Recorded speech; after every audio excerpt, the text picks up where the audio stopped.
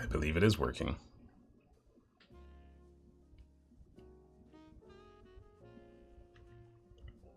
We'll give it a second to catch up here.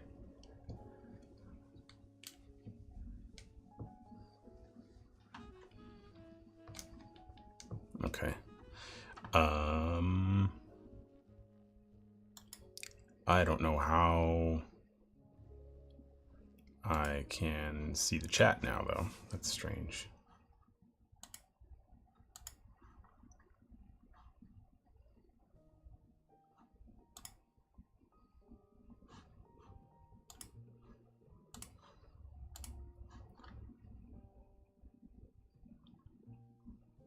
Let's see here. It's supposed to be live.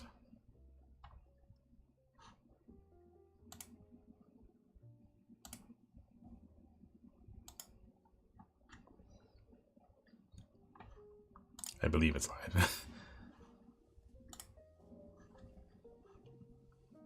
So I'll give it a second. Maybe that'll work. I don't know if I close the window, if it'll go away. Nope, I think it's good. All right, we'll give the YouTube folks a minute to join. This is going to be weird because I have two separate streams going. I've never done this before. I've always just done it straight to YouTube, but because we had a lot of requests, I'm attempting to dual stream to Instagram as well. Oh, we are also, sadly, we won't have our fish cam because of this. I guess the YouTube people could get the fish cam, but whatever, we're not going to deal with that right now. We've got lenses to mod. Let's see.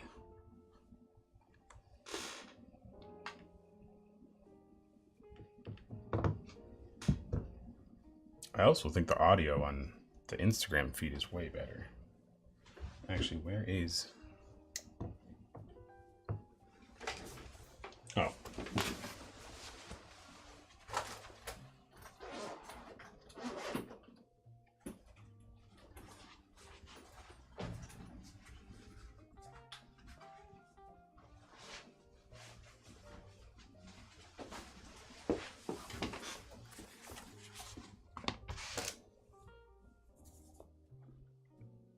Okay.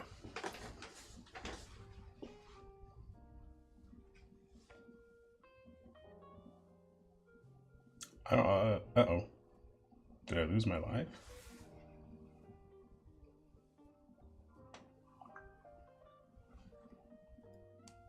What's going on?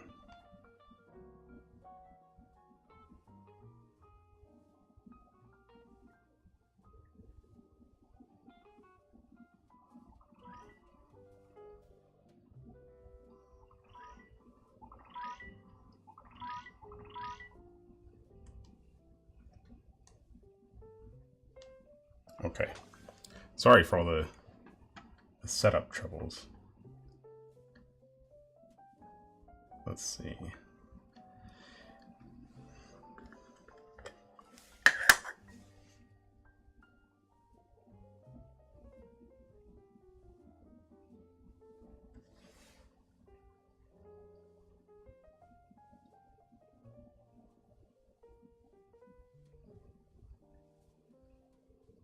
Yeah, I don't think it's showing as live.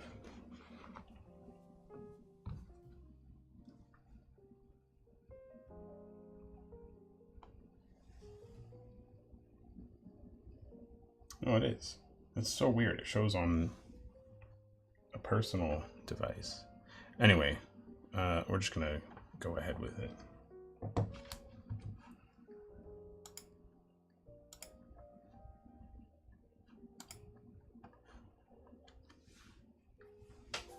We're still a little early. Usually we start at 10 a.m., so at least I'm on time.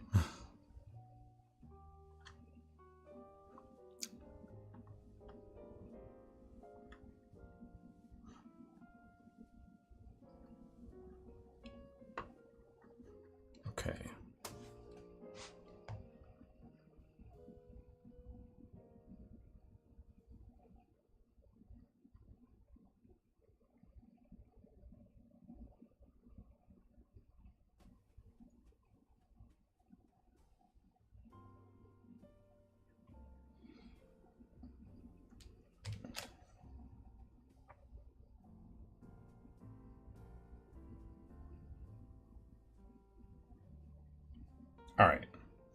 it is what it is. We'll just go with it. I'll try to keep an eye on the chat, on both chats.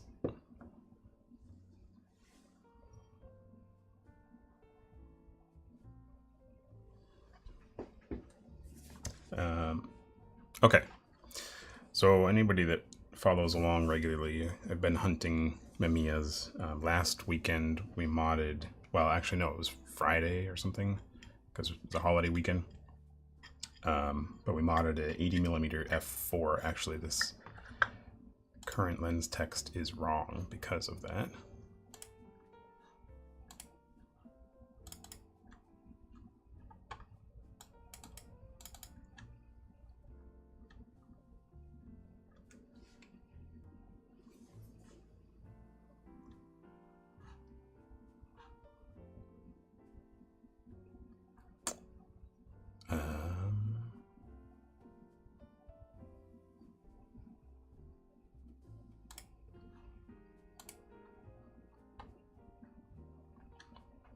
Yeah, the audio on Instagram is a little echoey.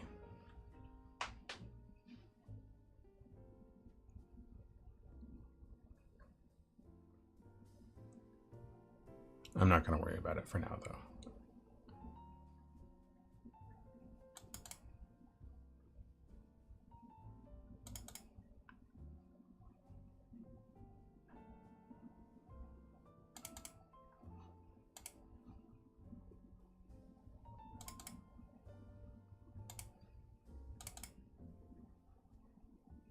I can't find my text file.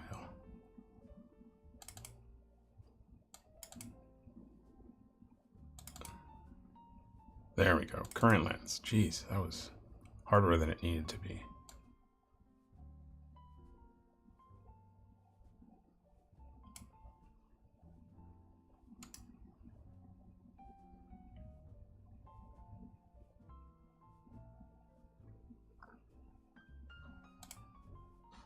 So, all right, last weekend was the f4 macro, as the bottom text says. Today, we're doing the one that we bought last weekend. So at the end of the stream, we did some lens hunting.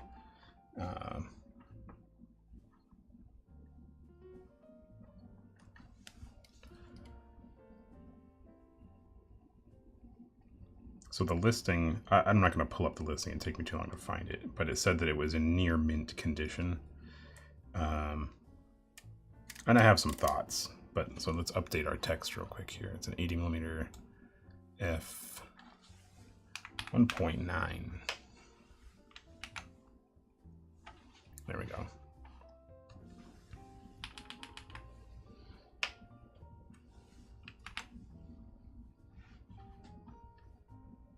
Okay.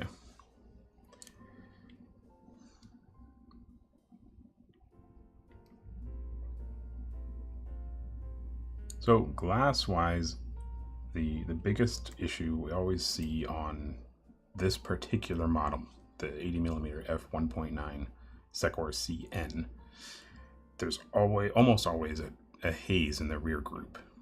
And this lens doesn't have the haze. I specifically hunted for a lens that didn't have that, so we're safe there. But there's a couple other wear and tear things that bother me. This lens was clearly, let's see if we get our autofocus working again. There we go. I don't know if it'll show on the stream. It might be a little compressed. There's clearly around the edges of the flange, somebody has given it a little paint job to cover up some wear and tear. So this lens has been heavily used, and someone tried to hide that fact. There's no other reason to put matte black paint on that surface. In fact, we're going to just give it a little acetone wipe, and it's almost certainly just going to come right off.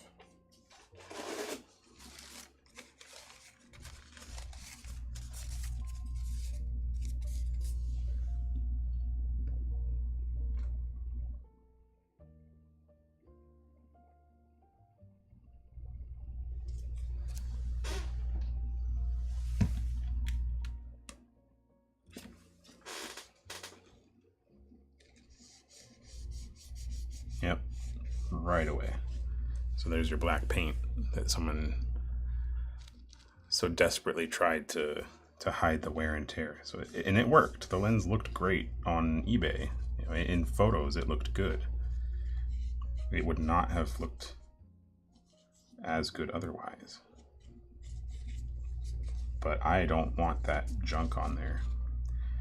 The reason it's a terrible place to put that is that's the actual flange. So all this paint buildup that they just left there sloppily is going to affect the flange depth.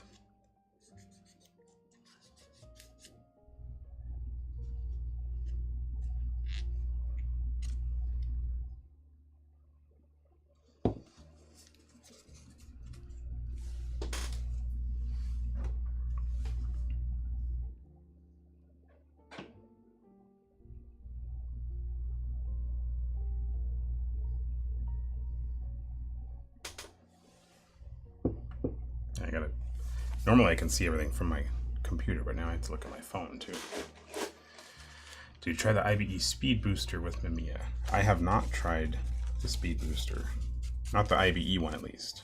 I suspect it to be very good because IBE doesn't do anything poorly.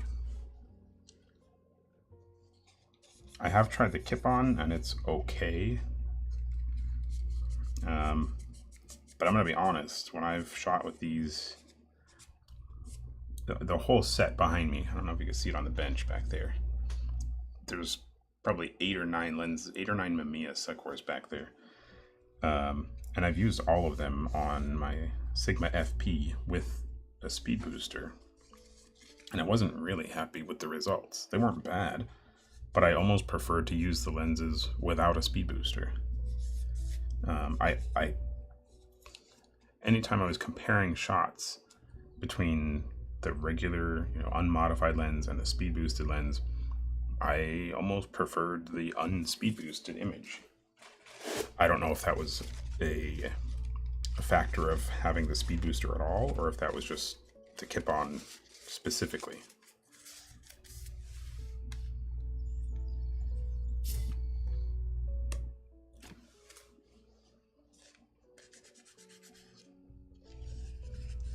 Yeah, this paint buildup is nasty. There you go. It's just caked on. Whoever did this didn't even do it well.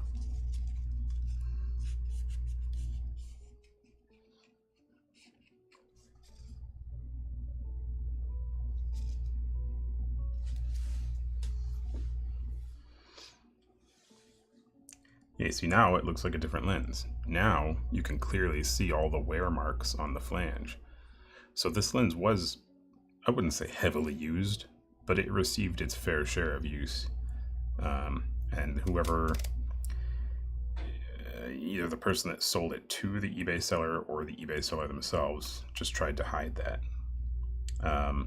The engravings are also not bad, but they're not great. There's a little bit of yellowing in the engraving paint that is supposed to be white.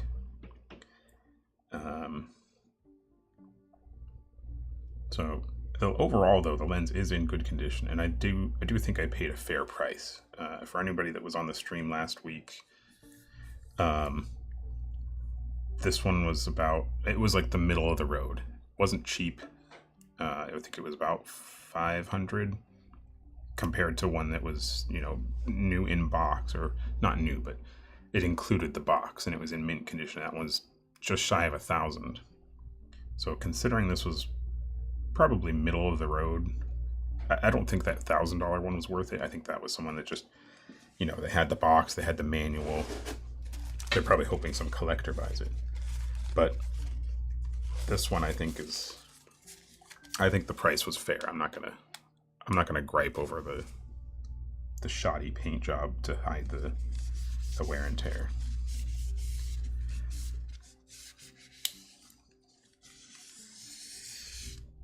If there was a bunch of wear and tear and they tried to cover up the front, implying that it got banged around, I might be a little upset. But it's just on the mount, which means it went on and off the camera frequently. Not a huge deal. Random question. I'm curious if you used Sigma Cine lenses with the modulate tuners. My understanding is you have to modify the Sigma to make them fit. I haven't paired those specifically.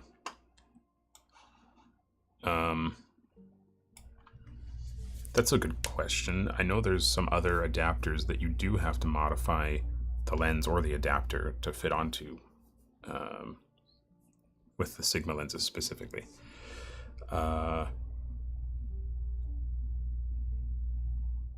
Yeah, I haven't tried that exact pair, but if it is a modification that's required, it shouldn't be much. It should be very simple.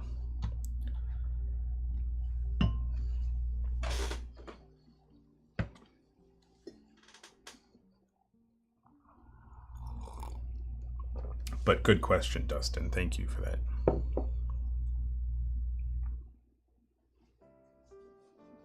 Mint **** said eBay seller. Yeah, that's been my huge gripe for years. EX +++ whatever. We actually, in typical Mod-Stream fashion, I'll give you guys a little behind the scenes look. We've been working on a grading system for lenses for this exact reason. eBay sellers don't know what they're looking at. They don't know what to look for. They don't know what different signs mean. So we've been formulating a grading system for lenses, primarily cinema lenses, but it would easily apply to something like this Mamiya. And it essentially gives you a grade, basically 1 through 10, and then a modifier or a prefix for whether the lens is original or modified, because that's so common in our line of work.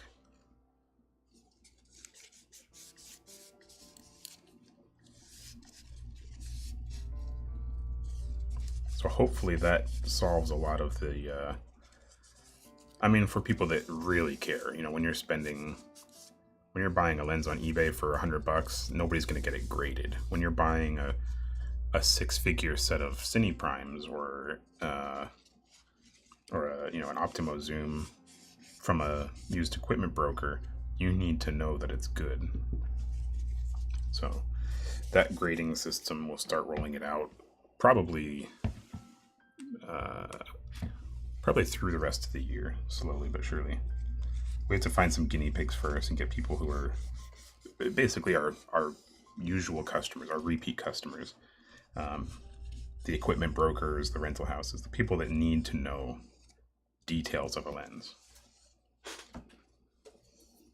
Yes, standardization for the win. I agree.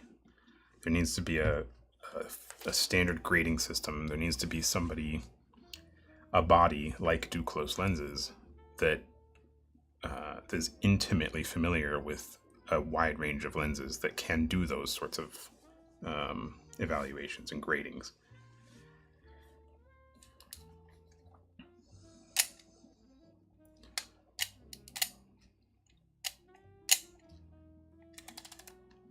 Nice aperture, fully functional. We're going to get rid of those clicks today.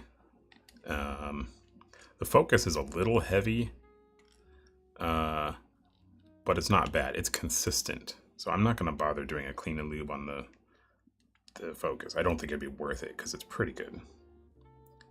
The rubber grip could use a wash. Yeah, it's a little grimy, but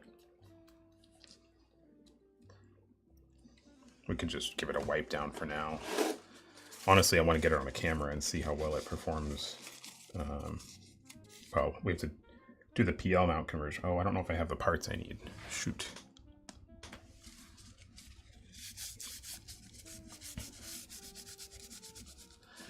Thanks, Matthew. I believe it requires removing the baffle on the back. Modify.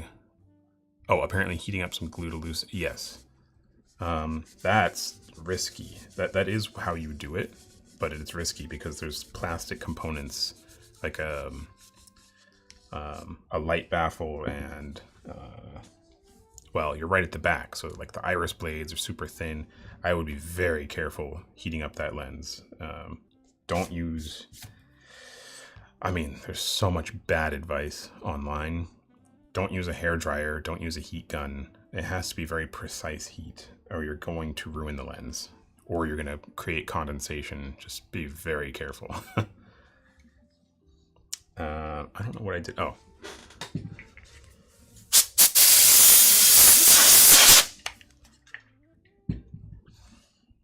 Yeah, this grip, it definitely could use a wash, but I'm not going to deal with it now. Sorry, I should have turned the, I should have muted the mic. That was loud.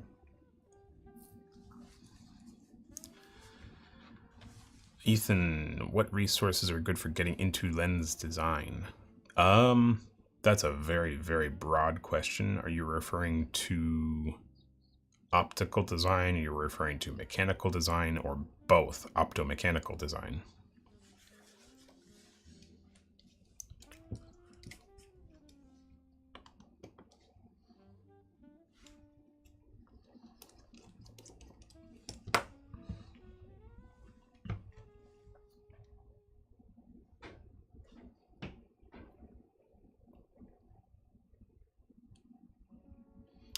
Thanks for the info. I'm not planning to do it. I was amazed Modulate was advertising. Well, what do you expect? There's a ton of Sigma Cine lenses, and they want to sell their tuners. So of course they're going to say, "Oh yeah, it's easy."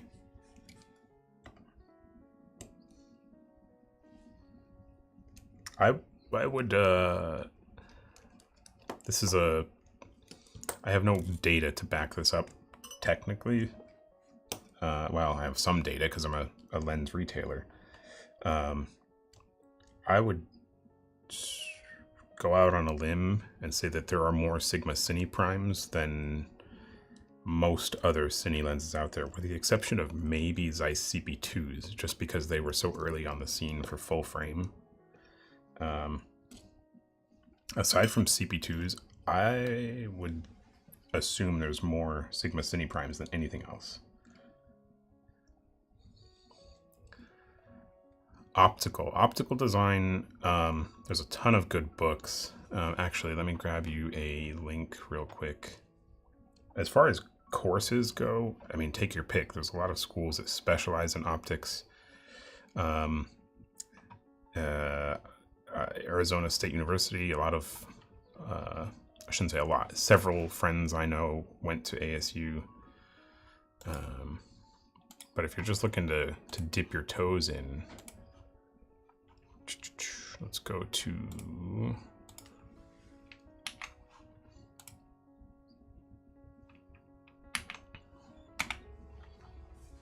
Oh, I'm signed in as Matthew, not Duclos Lenses. Whoops. Anyway, you still get it. But yeah, go there. Go to our bookstore. And there's a few intro books, like Introduction to Modern Optics. What's the other one that's really good?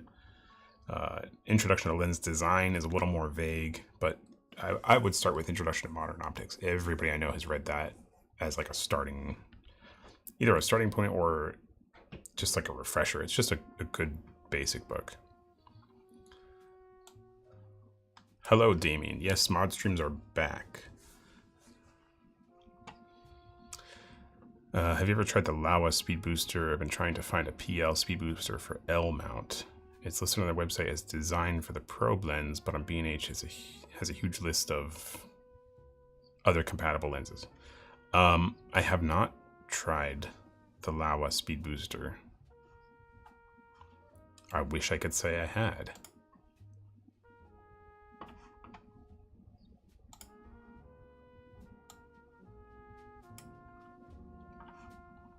Yeah, the more mod streams we do, the more we're seeing the regulars pop back in here. Especially now that we're on 2 platforms. I had to keep looking down because we have a whole separate chat now. I wish... I wonder if I'm supposed to be seeing...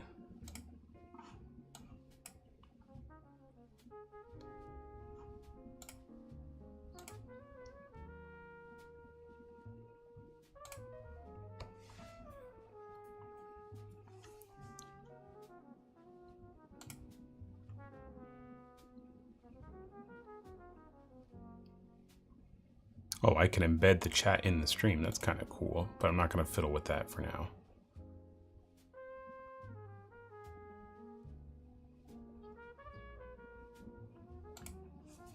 Yeah, there's no way for me to see the Instagram chat on my streaming software, so I just have to keep looking at the phone, I guess, which is annoying. Actually, maybe I could pull it up. Who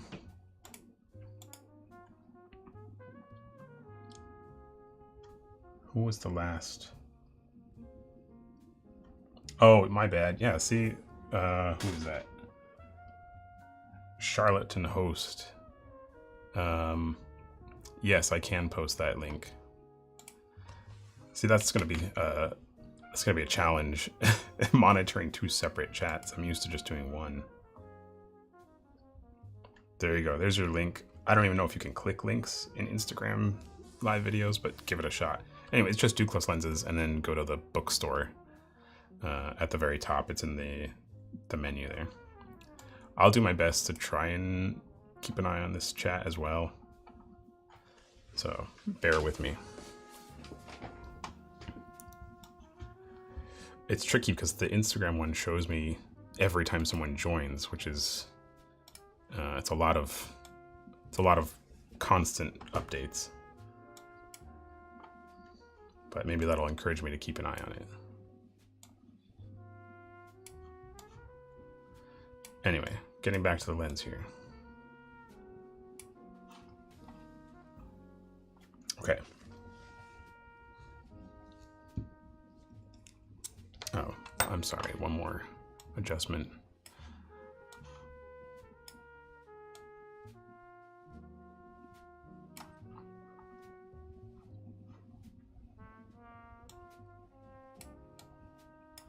Okay, I think that'll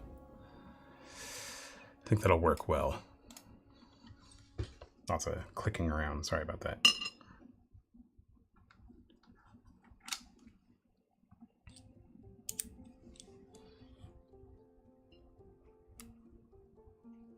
You can screenshot, yeah, you can screenshot it to remember it, but it's really simple. Just go to ducloslenses.com, and in the top menu, there's a link. It either says books or bookstore. What does it say?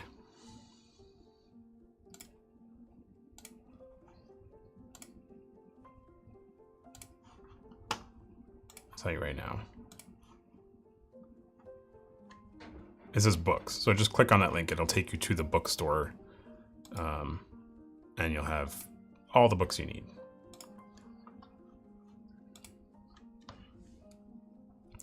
Haven't seen a live stream since pandemic. Well, that's when it started. But yeah, I took a little hiatus. I got really busy with my daughter's school stuff and just didn't have time on the weekends.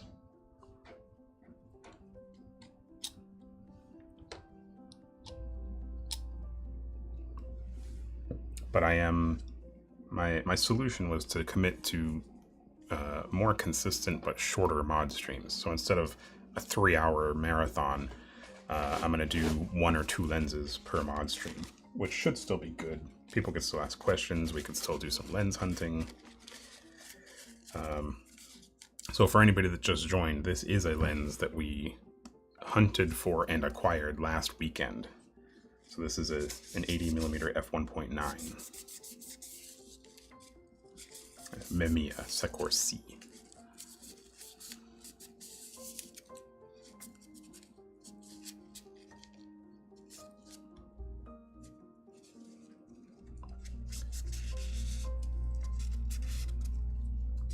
Very good site layout. Thank you. That means a lot to me because the entire site is me. So I appreciate that.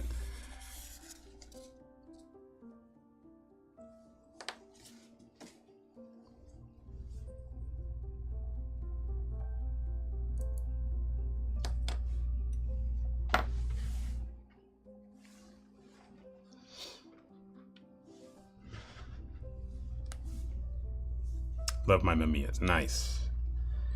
They are great lenses. Oh, I almost lost our bearing. It was stuck there in the grease.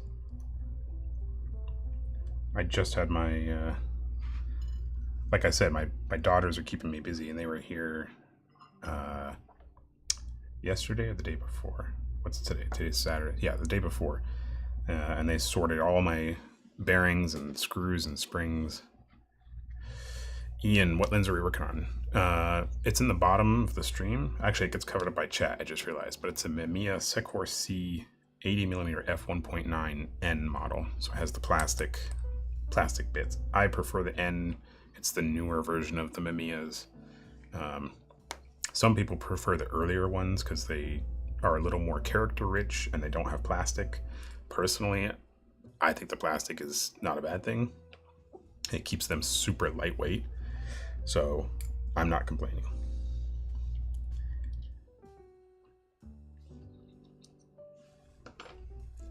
But now we can also see, this is a good chance. Well, it was. I'll open my aperture here. There we go. That haze, that typical haze.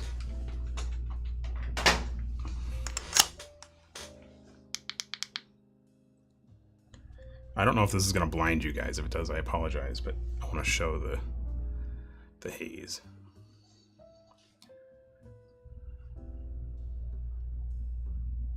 Or lack of haze. So this in other models, oops. Actually, I'll show you one that does have it. There you go. You can see it's relatively clean there. A little bit of dust. But let me grab my other 80mm.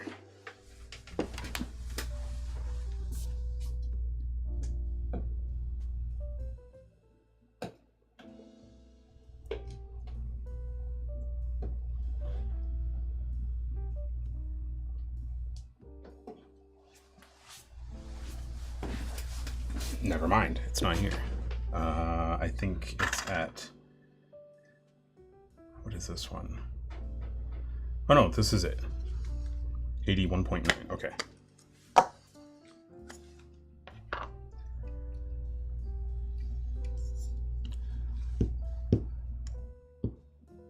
don't know if this will show up. There it is. See the haze there? Hold on, let me turn off my auto.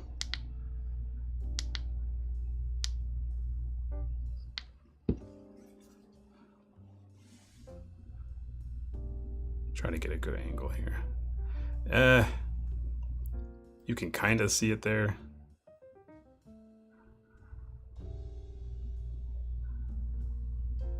There it is. See that haze, and there's like a circle in the center of the element? It's very common on the 80mm 1.9, and I can't stand it. It ruins the consistency of the set. So that's what we're trying to avoid. That's what I specifically hunted for in this lens. Hey, John. Good to see you, Mr. Salami.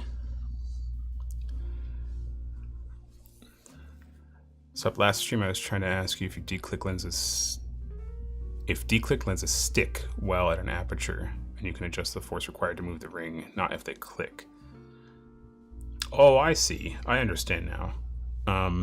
It depends on the lens, but yes, once we declick it, yeah, this is a good example. So this lens, and it depends on how it's done as well. That's the technician's work is a huge factor in that. So if I stick this lens, let's say at f8 right there, it's not, just by like wiping it and touching it, it's not going anywhere. It's not going to just change on its own. So yeah, if it's done properly, the aperture should stay put where it's at, just like the focus stays put where it's at. If it's not done properly, it can drift, especially on lenses that have a spring-loaded aperture mechanism.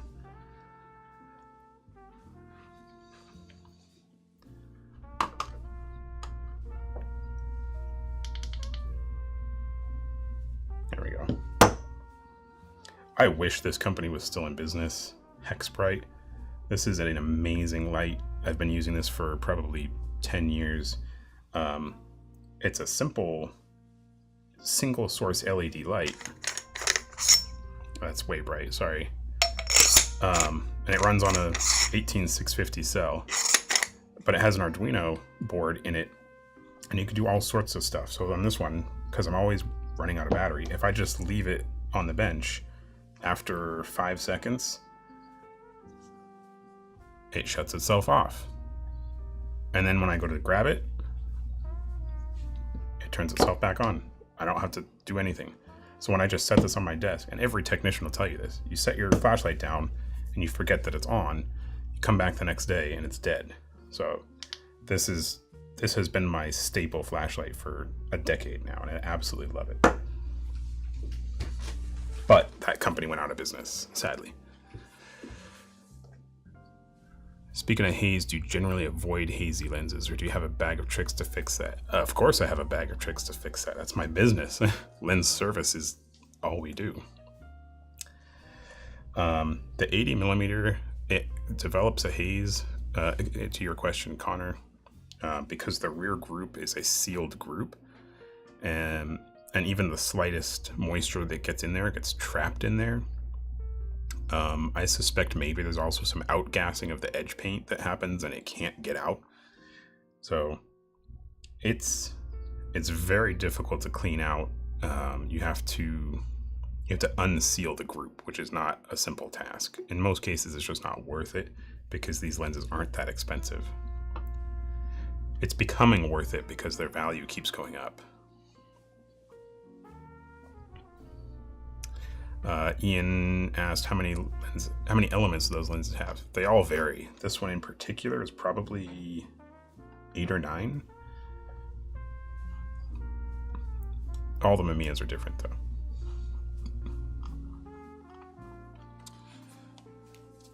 How much haze is too much? It depends. If that's the look you're going for, it could be really nice. But not everybody wants that. Personally, for my set, I want it to be consistent. So I don't want the haze in this particular lens.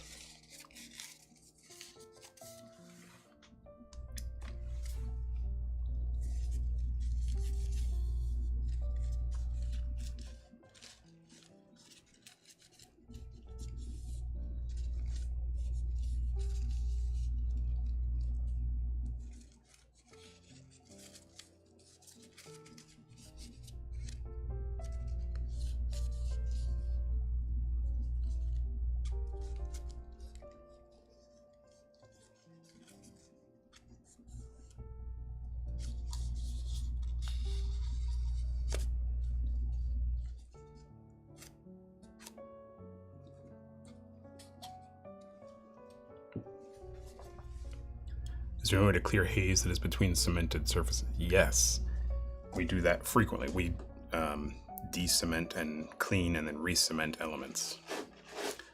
How often do you shoot medium format? Not often, Mike. I shoot medium format on a Yashica twin lens camera.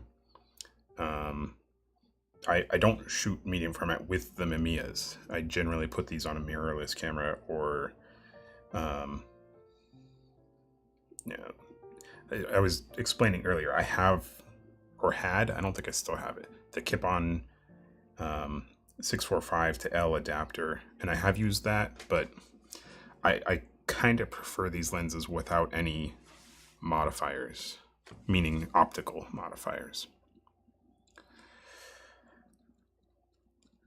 When these are rehoused, what changes with the lens functions and spec? Nothing really. I mean, unless you go through a company like TLS where they incorporate a speed booster as an option, then you're changing the coverage, you're changing the speed, the focal length.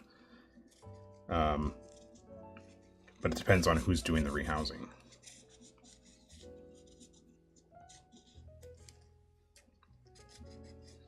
I wouldn't say that that's dependent on the rehousing though, because anybody can just put a speed booster on these and it has the same exact effect. You get a slightly wider focal length, you get a slightly faster aperture, and a slightly smaller image circle. That cleaned up nicely.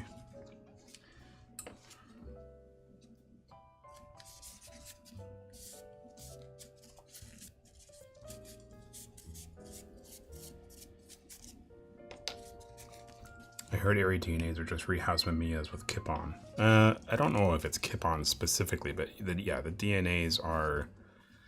I actually don't even know if they're Mamiyas. I can't remember. But yeah, they're a variety of repurposed glass, some of which might be the Mamiya's. I might be mistaken, but I think that was all done by IBE. So I don't think it would have been the Kip-On speed booster. I think IBE would have just made their own. Sorry, just joining. What model lens are you working on? We are working on a Mamiya Sekor C 80mm f1.9N.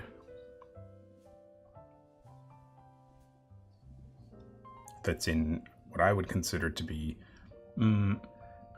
near mint adjacent.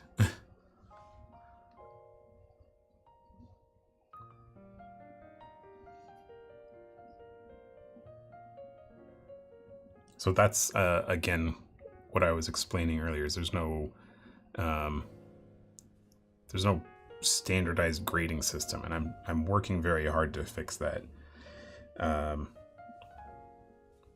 There's a whole slew of qualifications that this lens would be run through, and it would be given a grade.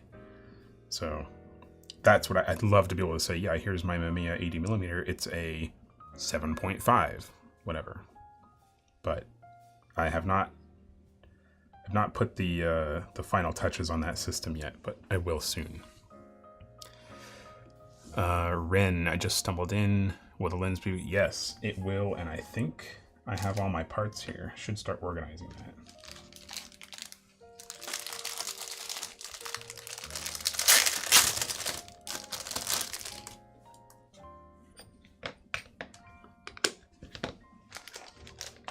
So it's going to get a gear that was cut this morning, fresh off the lathe. Did you get a good deal on it? I'd say I got an okay deal on it. Mamiya prices in general have skyrocketed in the last couple years. Honestly, since I started doing the mod streams, it's gone up. They've gone up. So sorry about that.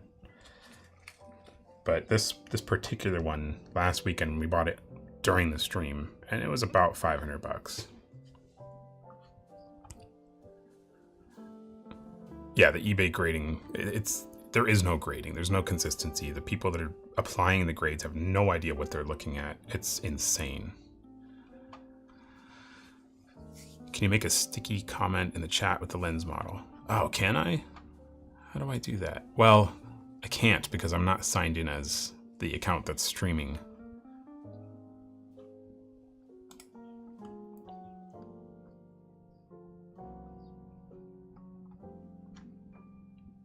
Stimulating global economy with the streams. Yeah, I don't know that I'll take credit for that. That's always a dicey... Anytime I show something on the stream, like, yeah, this is a really cool thing, and I found this, and then the prices go up. So I have to be careful. I held out on talking about the Mamiyas for as long as possible because they were kind of an unknown, but cat's out of the bag. Let's see if I can find that chat window again.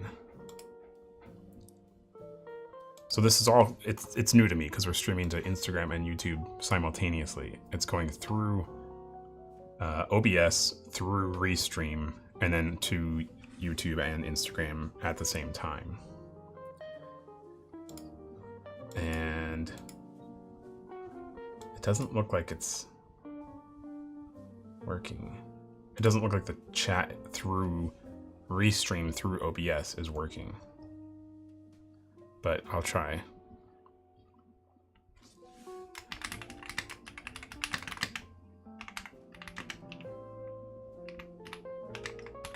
We'll see if this works. Does that show in chat?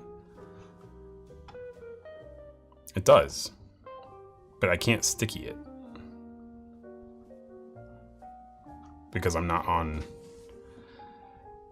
logged in as the account that it's streaming from.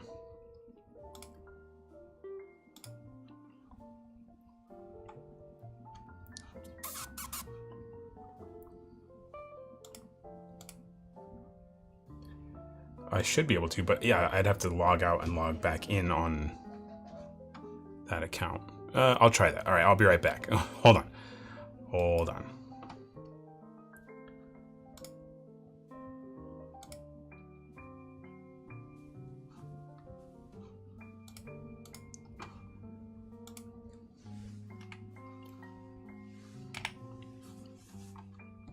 let's try this. Bear with me. 30 seconds at most, I promise.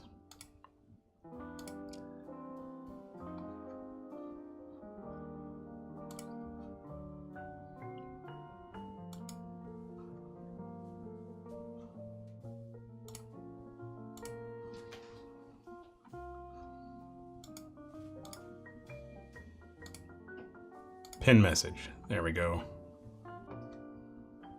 I mean, it's still scrolling at the bottom of the chat. I mean, at the bottom of the video as well, so. All right.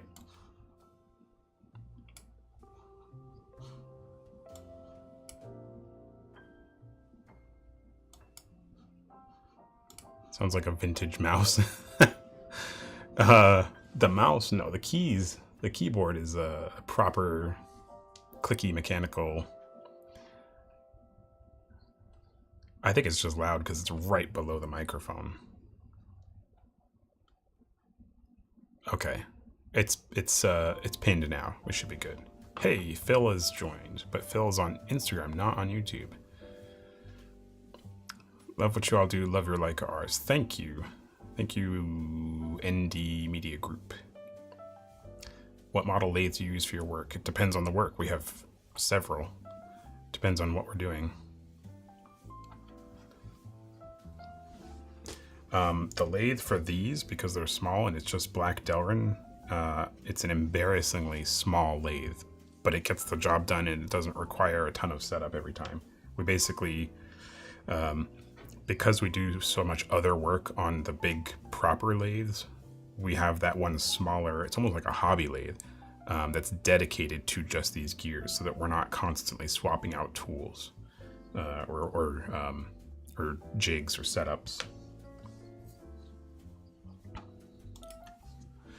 Why do you think interest in Mamiya lenses has gone up recently? There are a lot of good, faster vintage lenses to choose from. It's because I show them on the Mod-Stream.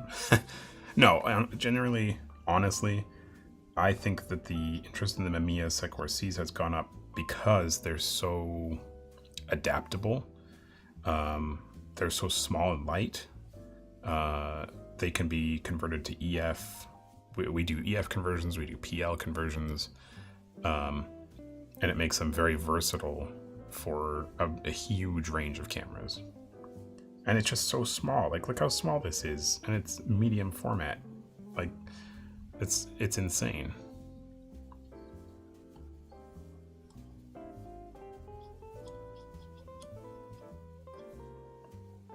Okay, let's make some progress here. I'm getting distracted with streaming stuff. We got a little bit more grease on here.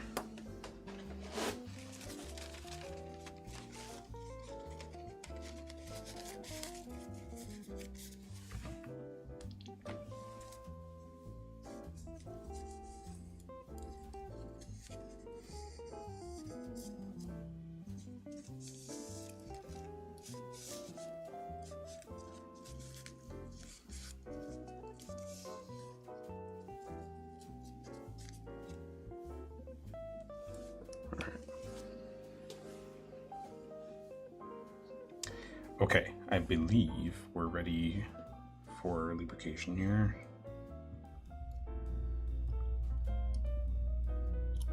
We're going to give this just a little bit of extra help.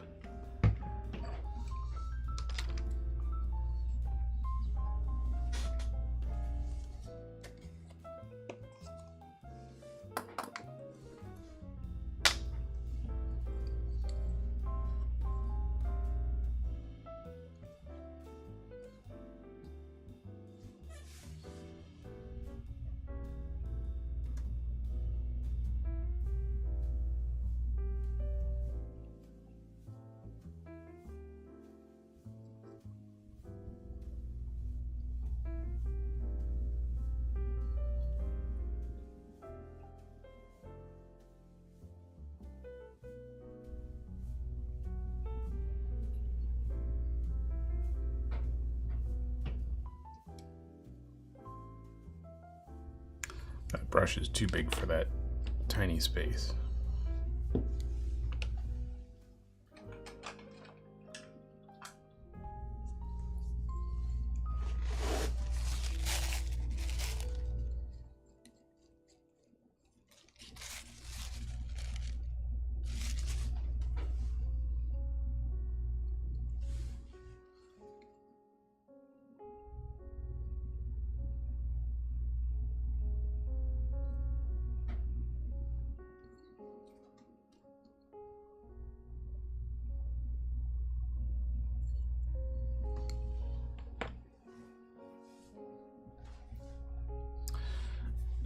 Do you have any recommendation for a fast vintage zooms that is convertible to PL?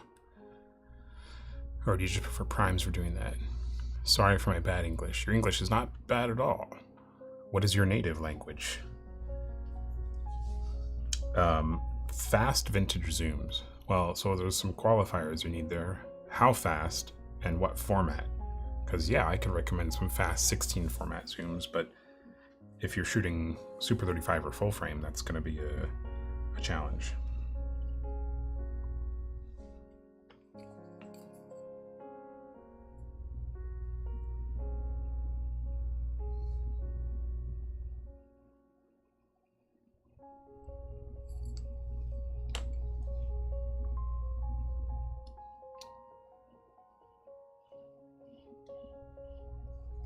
That feels great. I'm very happy with that part. So that's good, that's done.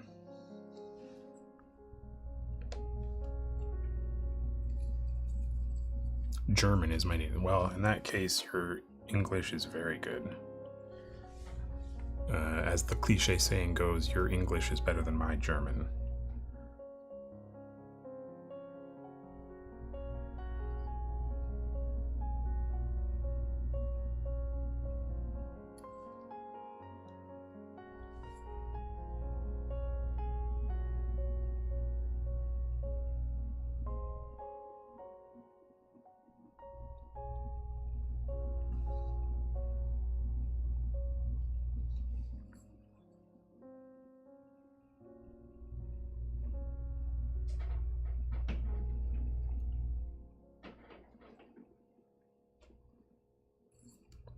F2.8 will be fine for Gemini, which sits in between full frame. For a zoom, I would also inquire what you consider vintage. One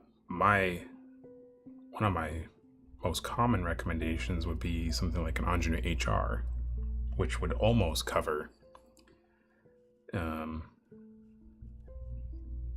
it's you said f2.8, so that's like about a T3.1, and the Ingenue is a T3.5, I think. So that's close, but that's also going to be kind of heavy, so some people might take issue with that size and weight. Relatively speaking, it's not as heavy as an Optimo, but it's still something to consider.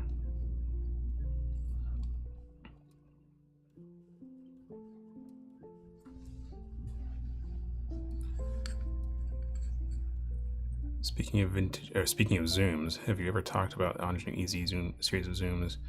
How do you think those stand up in terms of price to performance? The Ingenue EZs are, I should say, were the king of price to performance. Prior to Laowa and DZO making cinema zoom lenses, you couldn't do better price to performance than the Ingenue EZs. In fact, I think Ingenue messed up. I think that was the start of they cannibalized their own sales. They came out with the EZs and everybody loved them. They were great, but then nobody wanted their high-end Optimos.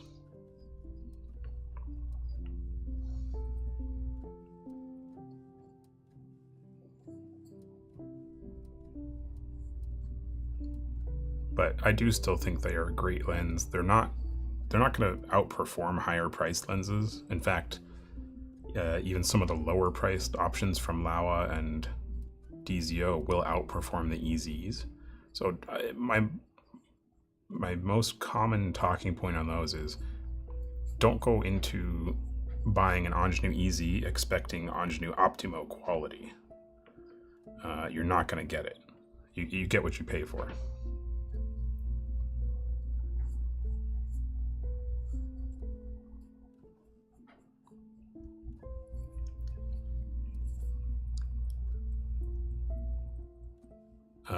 It just occurred to me that Ren S, you were probably asking about still lenses to use for video, not a proper cinema zoom. In which case, Adrian's recommendation, the Tokina 20-70, is a great option. Very good option.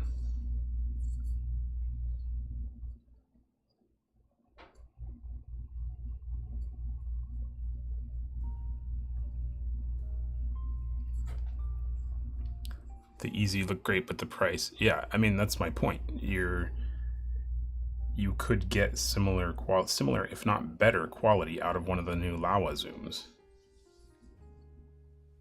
The new Laowa Ranger and Ranger Light lenses are the new king of price to performance, in my opinion.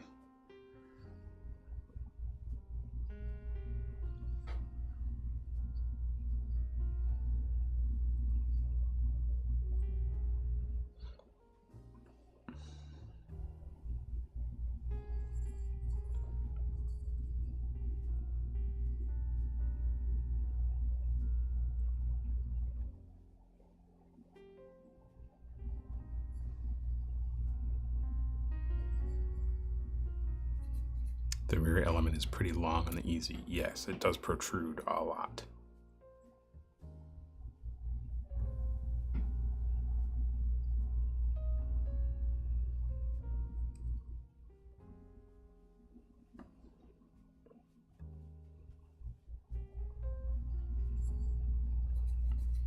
But the Ranger S35 don't cover the Gemini on 17 without heavy vignetting. True. But neither will the Ingenue EZs unless you put them in full frame mode. Oh no, I take that back. Oh, that Ranger, yeah, but you have the full frame Rangers. That's the beauty of that whole lineup.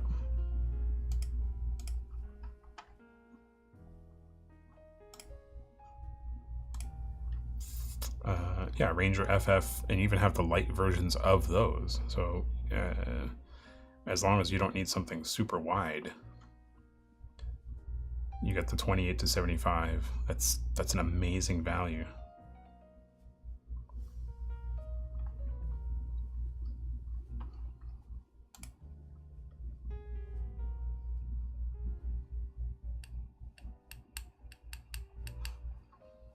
Thoughts on the new Arls primes? A couple of people have asked me about Arls during this one stream.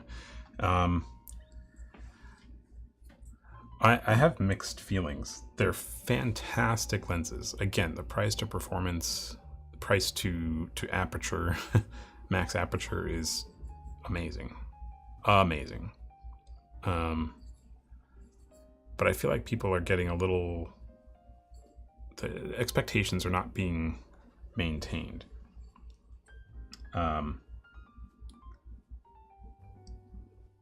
Some people are buying something like Arls, and yes, they're higher priced than the Vespid, and they're expecting, because it's a higher price, they're expecting more image quality.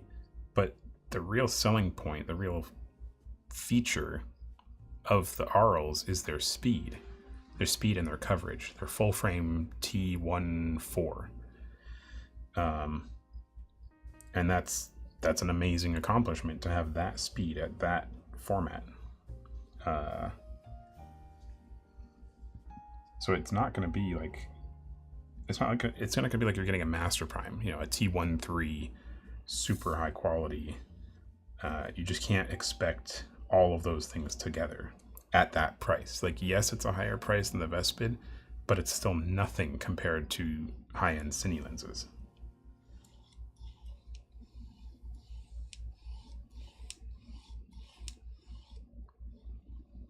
This is a little loud, but I'm not unhappy with that. It feels great. It's consistent. It's smooth. I think the flange will add a little bit more viscosity to it. Aside from the weight difference, is there any other difference in the Laowa lights versus regular? Well, the weight and the material. Because the lights are made of a magnesium alloy. So that's how they achieve the lighter weight. So yeah, different material. It's painted. It's a different color. It's like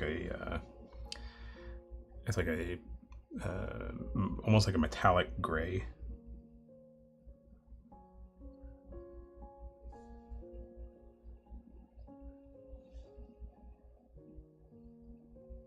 But optically, no, there's no difference whatsoever.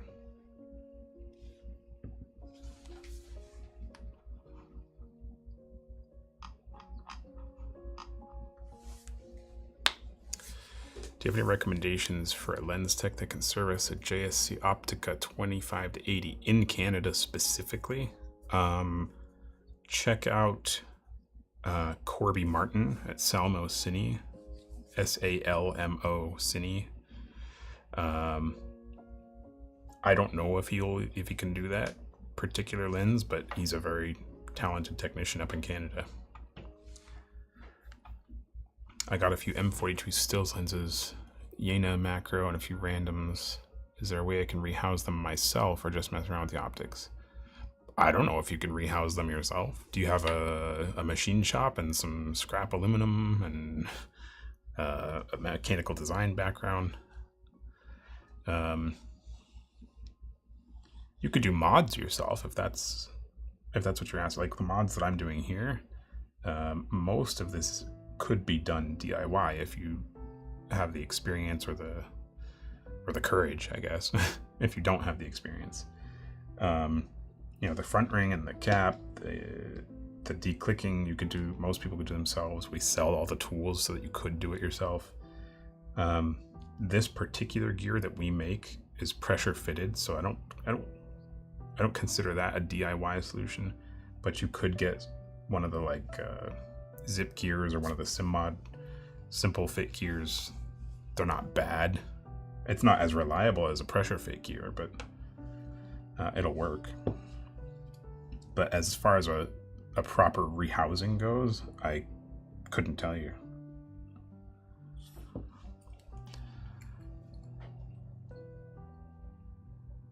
Speaking from experience, rehousing a lens requires a lot of design work, a lot of machine work. Anytime we take on a rehousing project, it's months of R&D time going back and forth and prototyping. I don't know that rehousing a lens is a DIY endeavor. I mean, I've seen some of the 3D printed housings, but I would never. Sure, that's fun, but I would never put my, if I was shooting a project, I wouldn't put that on a production. It's just not reliable, a 3D printed housing.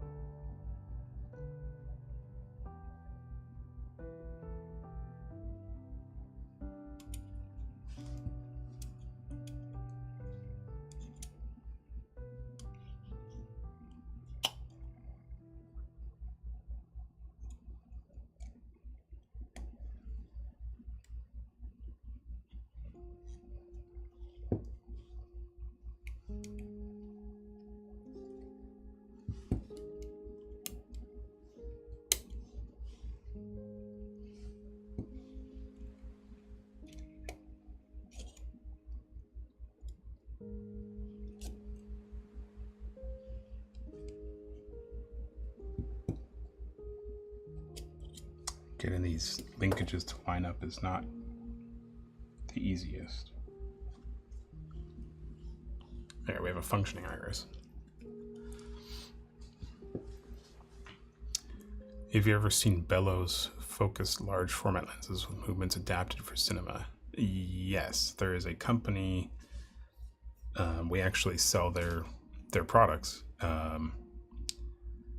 The company is called Freelancing Cine, and they make an entire bellows system with swing, tilt, shift that has a bellows. So it's PL to PL or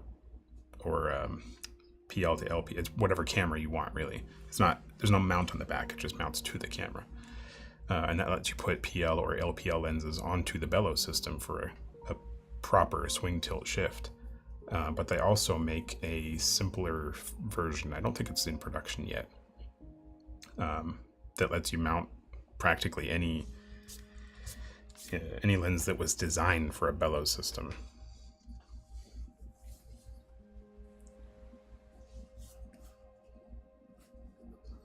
3D printing will get to a more reliable place. 3D printing is what I was planning just to learn a bit. Yeah, I mean, if you're just tinkering and you want to try out different things, I do think 3D printing will get to a more reliable place. But in terms of optics, I'm not sure that it'll get there. Generally speaking, the tolerances that we work with are so much tighter than what you can get from current 3D printing. Any parts that we see in production lenses that are 3D printed, generally speaking, there'll be a, I just forgot what the process is called, laser sintering, SLS, I think. And so they'll rough print the general shape, and then it goes on to a CNC machine to get machined for the proper tolerances. So just printing out parts it'll work. It's definitely going to work for like tinkering and learning. But like I said, I wouldn't, if my job was on the line for pulling focus and getting a shot, and you know, it was a project that mattered, I wouldn't bring a 3D printed lens housing on it. That's not, if it's just for funsies or you're like shooting, you know, stuff, you know, just shooting around, sure, go for it. Absolutely.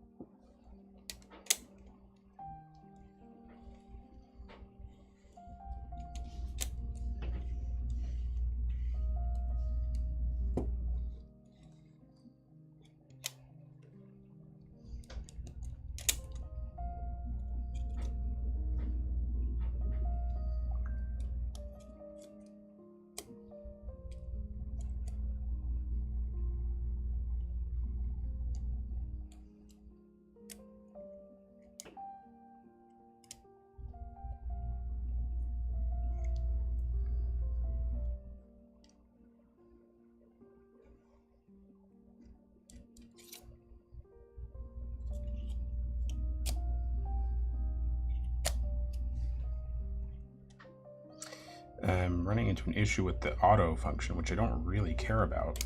There it goes. I don't really care about because I'm never going to put this back into auto.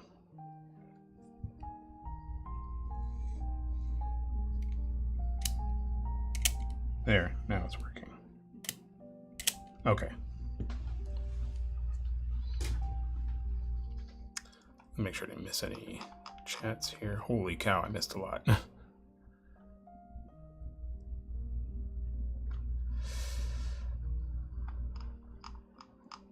Okay.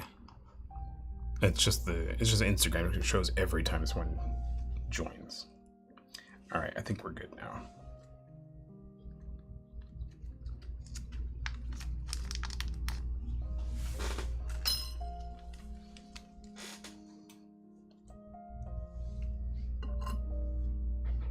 I actually don't know if these screws will work for this. That might be a problem.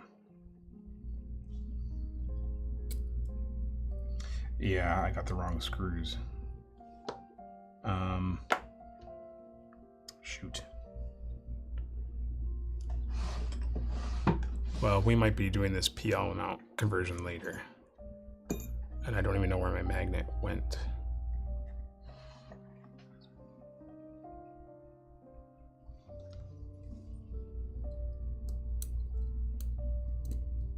Actually, I don't think it'll work because these are stainless.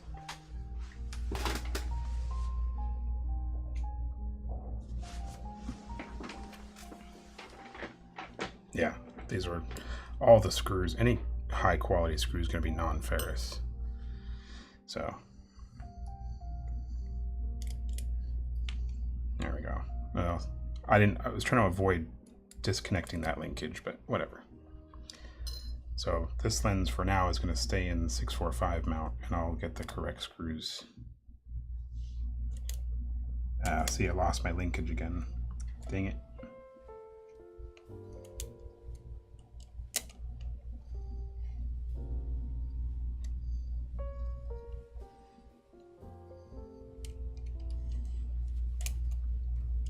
There it goes. I think we got it.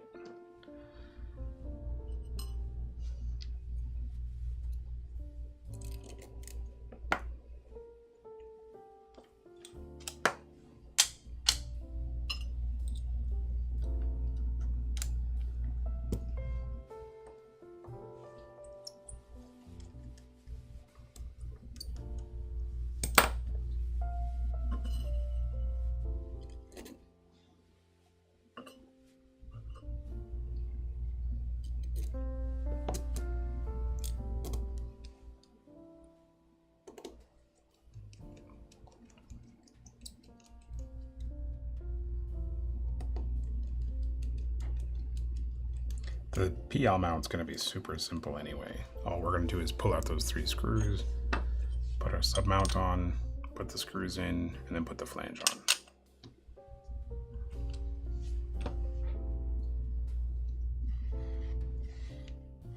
Yeah, so the iris is still a little bit noisy, but like I said before, it's consistent, it's smooth. I'm pretty happy with it. I'm not going to worry about it. I could just compare it to my other one here. Same exact lens. Yeah, see, this one has a much heavier grease in it, which I don't like. Oh, you know what I should have done is pulled the grip off of this one and put it onto this one, because this grip is nicer. Bummer. Anyway, this one will probably get sold. This is the one with the haze that I showed you earlier. So when and if I go to sell this, I will do the right thing and I will clearly call out the haze in the rear group. I will not list it as near mint EX+++.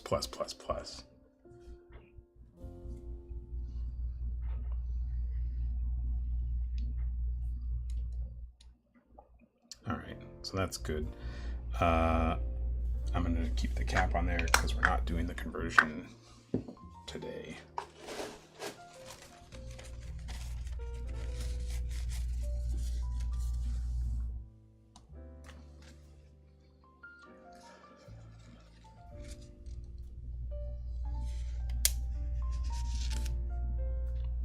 Yeah, that's a beautiful rear element. I can't see it properly here. Hold on. There we go. Absolutely flawless, not a single scratch. I'm very happy with that. Considering all of the wear and tear on the flange here, I'm amazed that this rear element is in as good a condition as it is.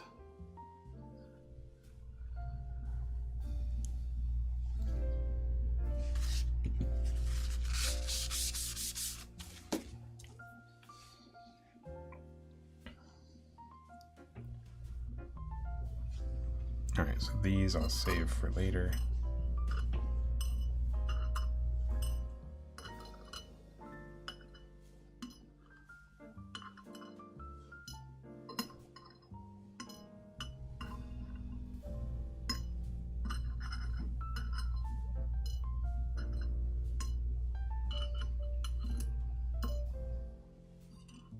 Oh, well.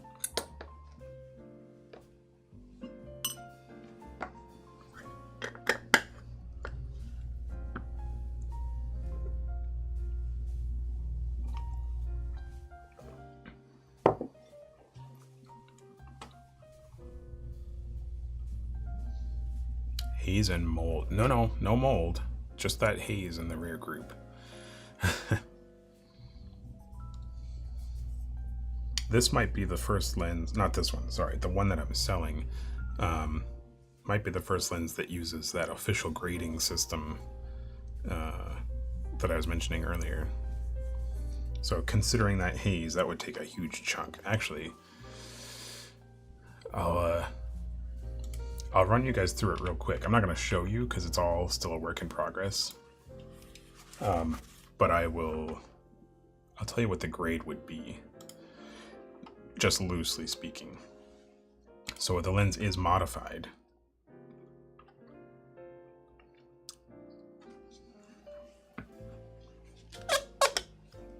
So obviously I wouldn't be doing this here, it would be done in our technical testing area, but for example,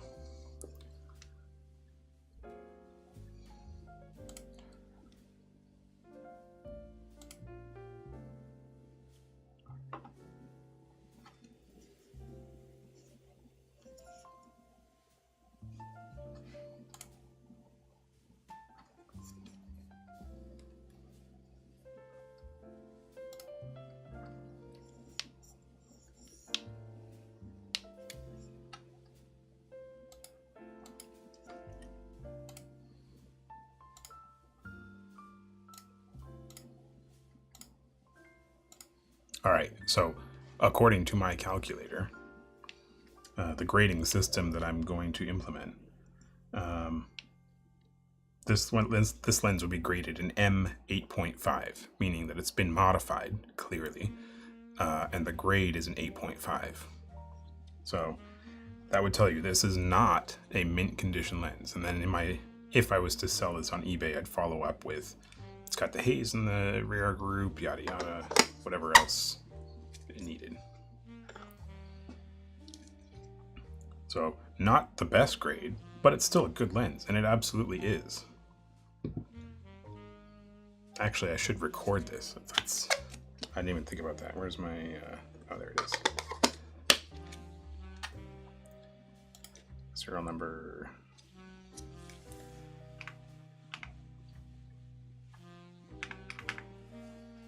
And this is a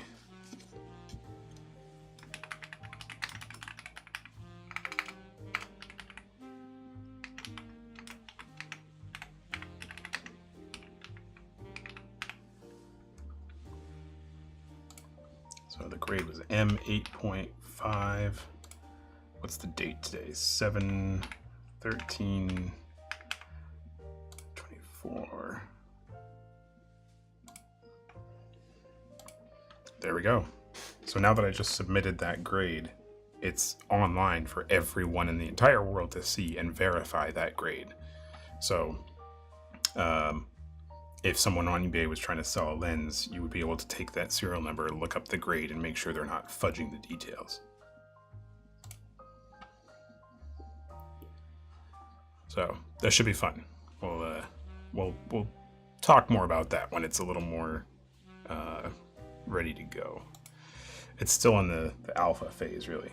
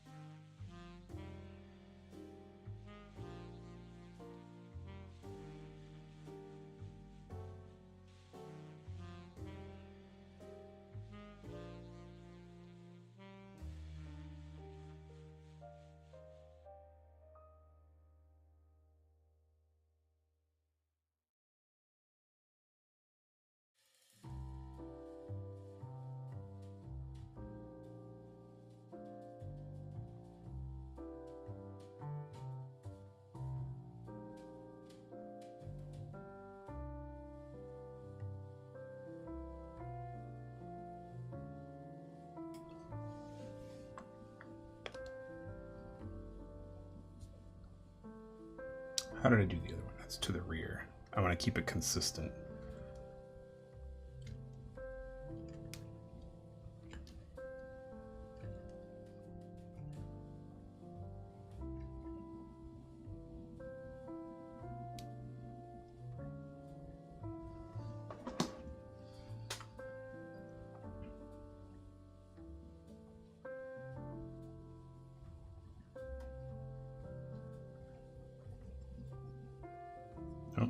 I thought this gear had burrs, but it doesn't.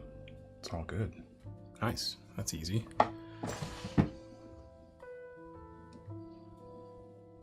Cool.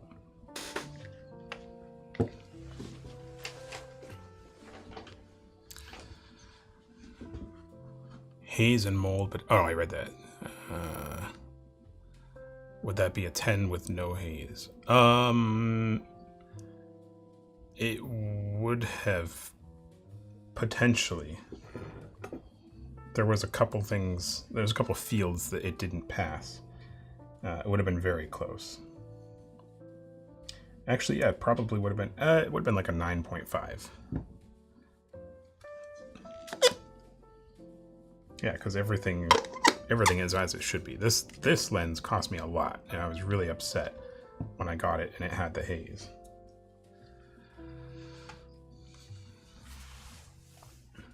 Before you end, this has been the best F1 season. Oh my god.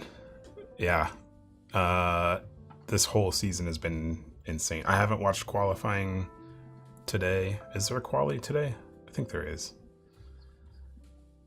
But yeah, this has been a great season. Last weekend was amazing. I mean, I'm not a Mercedes or Lewis fan, but just seeing his reaction, seeing him get back to pole position is amazing.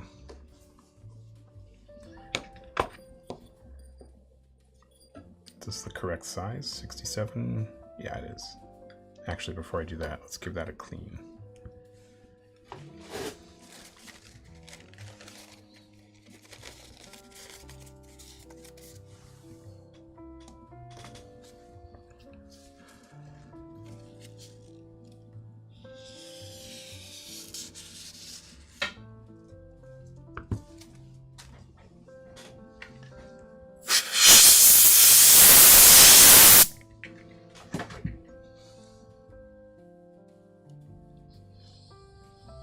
Sorry, that was super loud. I just realized.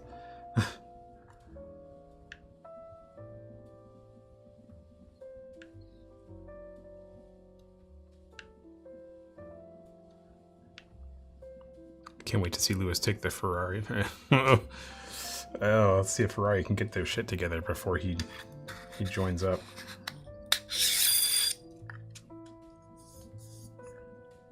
Yeah, and this front element is also great. Really nice, really clean, not a single scratch.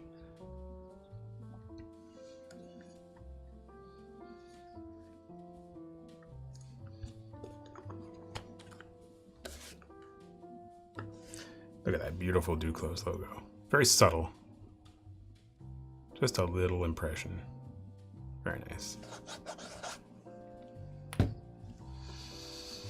All right. I think that does it for the stream today. Let me tidy up a bit. Anytime I end the stream and then I come in on Monday, I'm like, oh yeah.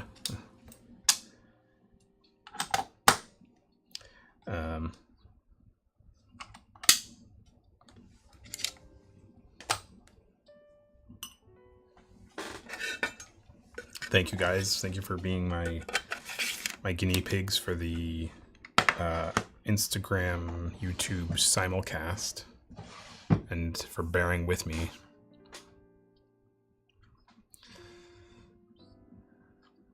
Even if it's just for the merch, I'm excited for that Hamilton move. Yeah, I mean, honestly, I've been a Red Bull fan from day one. Going back to the Sebastian Vettel days, but I'm not happy with all the turmoil at the team right now. All the stuff with Christian Horner and the investigations and all that junk. I'm not happy with their choices with Sergio. Anyway, I may very well be jumping ship. Like I said, I'm not a Lewis Hamilton fan, but if Red Bull doesn't get their shit together, I'll go to Ferrari. I mean, who doesn't love Ferrari? Next weekend I might do, where's my autofocus? I might, in the bottom corner, just for the YouTube people, I might put the little, I'll stream quali or something. Well, there is no quali next weekend, but anyways, thank you guys. I will see you next weekend.